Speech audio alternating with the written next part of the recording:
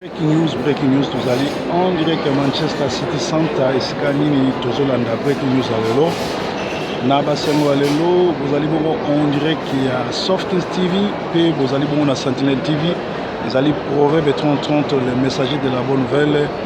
Mo Palangani si Sango Malamu. Alors, Basango à Congo, Jacob Zuma vient d'échouer dans sa tentative de récupérer le dialogue intercongolais à travers Edem Kodjo. Alors, Jacob Zuma, au Bouyébike, a Zoa compagnie Mobimba, Azana Mabele et Belé à exploiter les minéraux à Congo. Alors, Balinga qui va jouer dialogue, wana va récupérer en gros, mais va échouer. Alors, des communications téléphoniques à Kinyarwanda dévoilent les complices des massacres de Mikiri.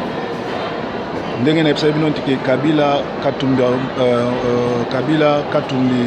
Moïse Katumbi na Vital Kamerhe, bazali 3 personnes au bazo senga que rébellion et salama sécession salama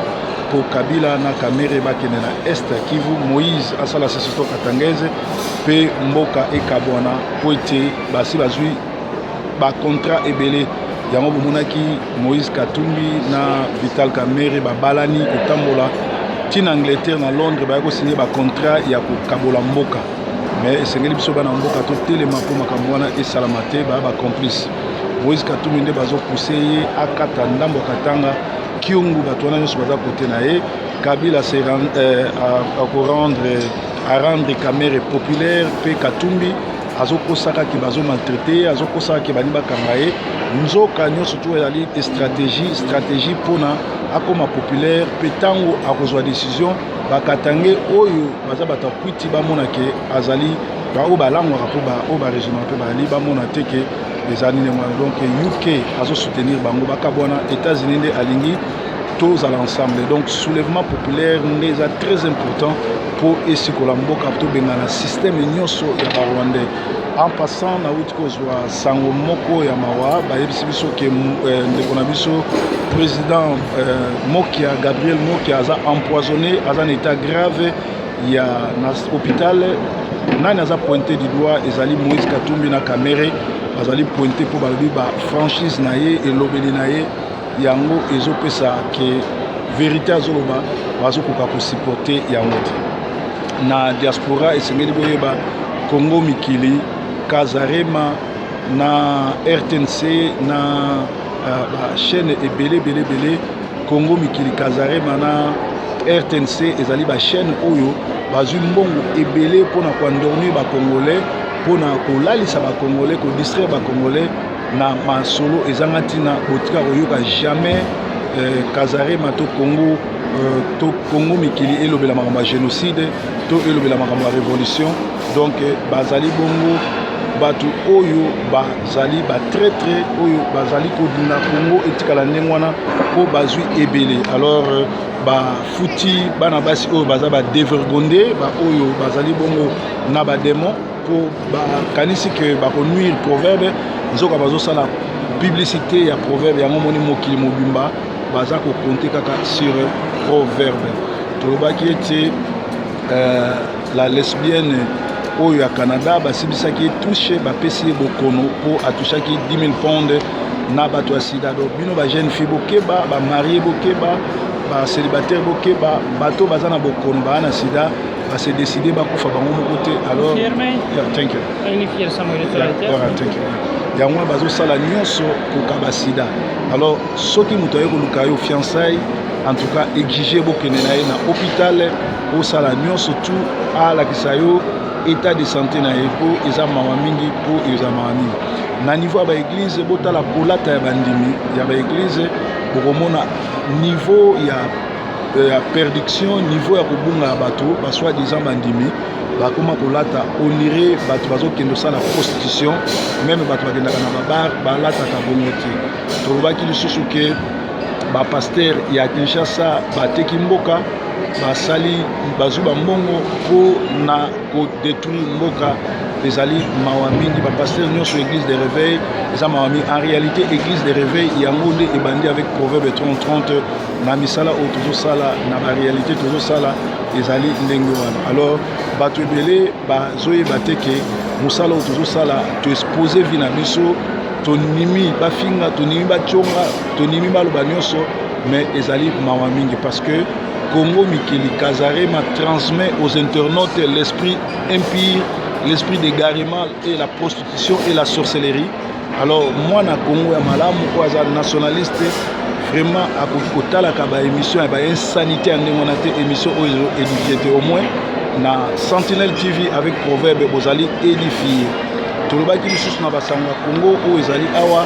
le régime Kabila lance une déclaration de guerre contre les Congolais en lançant l'opération fichier électoral où il y a 13 mois.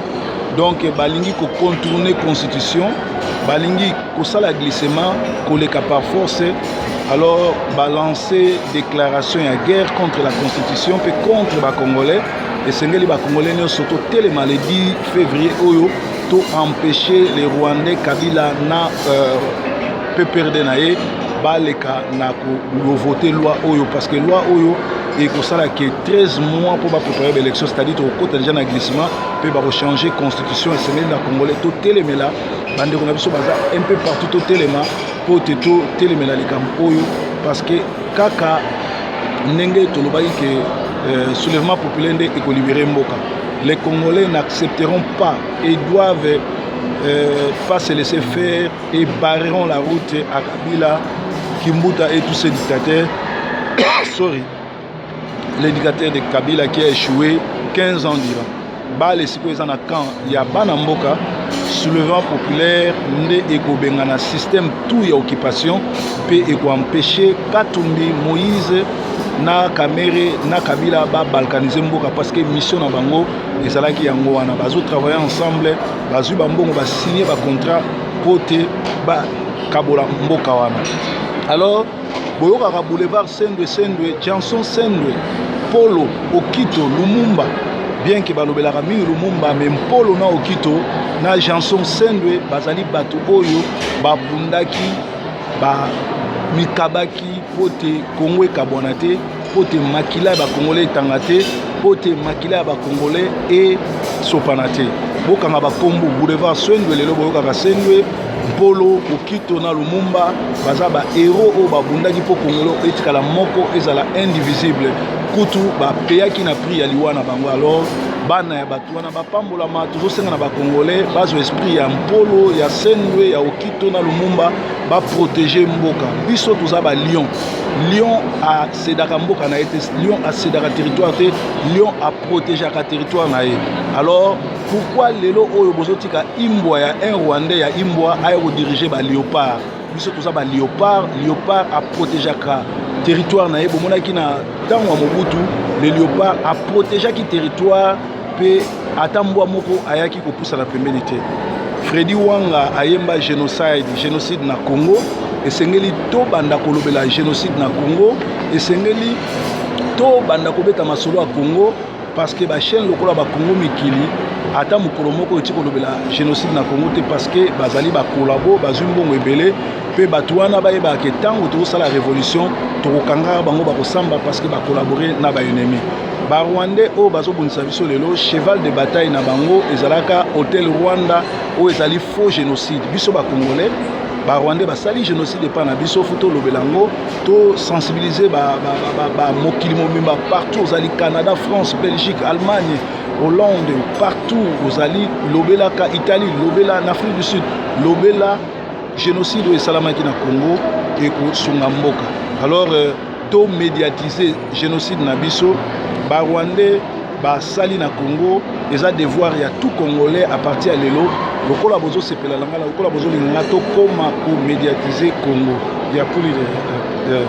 alors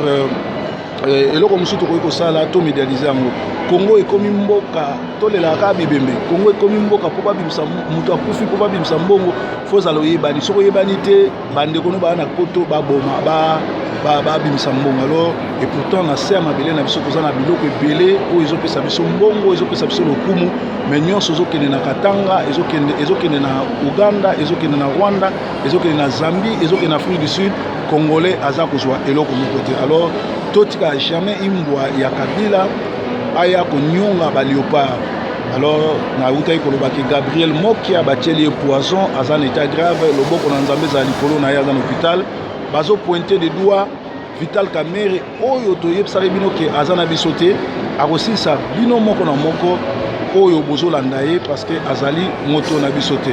Alors régime ya Kabila a lancé des défis contre les Congolais pour balingi ba lancer révision ya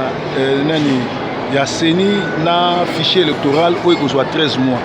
Tobeleli na ba Congolais na mboka mobimba esika bozali, en tout cas botelemela likambo oyo tobima na balabala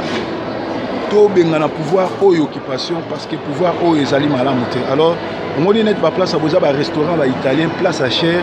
jamais awa bakoki koya komela bimela mela. Alors bato ningi ba civilisé te, ceux qui prouvent bazo sala ba émission na cadre abo ezali ba demande na bino ezana bato mosusu bazo bimisa mbongo bazo tia na musala oyo lokola junior na bola na mwasine Blandine bola na Paris bazo kobimisa mbongo na ba conseil bani ba lui proverbe lelo tolingi place songolo kende lia sala émission na eloko ya kitoko kende somba bosala ezana bato mosusu bazo benga proverbe totinda bilamba proverbe non proverbe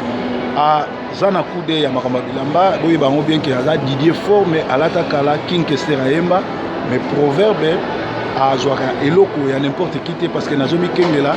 batindi bana basi batindi batu ba poisanga batindi batu ba piéger batindi batu ba tselanga poison bakozwanga te parce que naza protégé par le Dieu des cieux oyo atelemisa kingai. Alors na pesi devoir o babena en anglais homework na bato nyonso oyo bosalaki ba vidéo na kofinga na kotonga lokola révélation ebimi soki boko kofinga to kosenga pardon te mikolo oyo tozobela révélation ya makambo ya relation ya Olive na Laure Mbongo. Alors ma solo échangé o bakufi esi bakufi tokundi ba vie ezo continuer. Alors pona bandeko ya Marie Misambo soki bomoni ke bo porter nga plainte eza malamu naza préparé ba o bazala na Londres bobengi nga na kopesa bino adresse nanga to bobengi ba tu oyo ya songi baza na Manchester bakopesa bino adresse nanga ekozala malamu tokende na kote to eno samba na yebite so na bomele bino nani soki na sali nini parce que soki eza na moto fo bino bo porter plainte ezali Chibo oyo asalaki kichibwa bwa ayeko bimisa ba preuve ke makangu na ye abundisa mwasi na ye soki eza na bato fo bokangisa bato nyonso tu oyo basali ba témoignage ya kobimisa mabe na ye, mais biso tobanga eloko te po Bible elobi bakofunda bino bakomema bino na batribunal bokolobaka eloko moko te Nzambe akolongisa bino. Alors nalobaki mpe ke ba oyo baza na posa ya onction ya Samson alors bameka koya koatake nga boremarke ke nazotambola na voiture te à part dimanche naza na bis parce que eza na bato mosusu bazo se prétendre ke baolukanga. Alors nga mpe naoluka bino tokutana comme ça totala onction ya Samson nani akoganye eza likambo ya bana mibali misano bana mibali babanga te moumbu na Nzambe abanga aliwa te tanga na Bible okomona Élysée, Élie, Étienne, Paul, Jean-Baptiste, Jésus-Christ batikalaki jamais kobanga liwa bafrontaka ba monde de ténèbres parce que Nzambe na biso aza likolo pe aza kosala. Tolobaki toza na breaking news en direct qu'il y a Sentinel TV un programme na biso yali de lundi à vendredi na 22h30 ou na 22h36 Sentinel TV bokozwa bongo breaking news eza basango ya Congo pe vendredi na 23h tozalaka bon na intercession miracle na minuit c'est-à-dire na 1h samedi na tongo tozalaka na interview ya Proverbe 30 na Mama Bena samedi oyo bozanga te ozala kafu parce que naza na basango kitoko ya annoncer bino pe lisusu chaque dimanche tozalaka na parole ya kafu lokwa na Kinshasa mais na katikati anytime tobwakaka témoignage tobwakaka kisa Kwatalas émission mutu to asali mabe tokotanda ye po ba na place omema biso te soki bolobi tokende na tribunal tokokende ba ange nde bakobundela biso pe lisusu tozalaka bongo na témoignage tozalaka bongo na masolo ebele oyo tobetaka po na lokumu na Nzambe. Donc breaking news ezali bongo tozalaka supe on l'appellera femme eza émission Mama Bena tozali suna ba pasteur ebele oyo balingi bazwa espace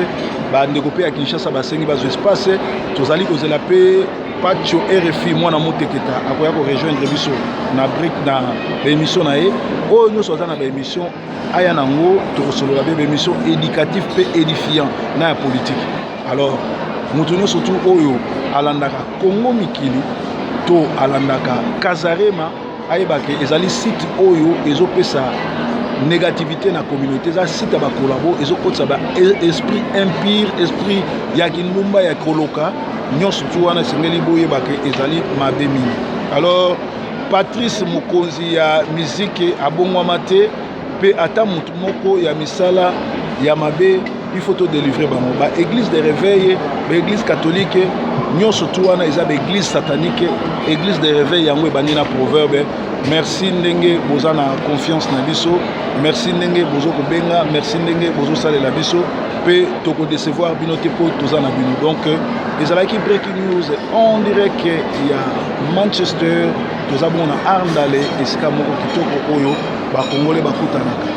bongo tozali awa na proverbe 30 chaque jour na breaking news na Sentinelle TV landaka biso to landa biso na Facebook ya Didier Forme Amalatakala. Alors batu oyo bomoni ke bokofunda Didier Forme azali alors boya ebele po en tout cas na ochiche bino breaking news. Bye bye for now.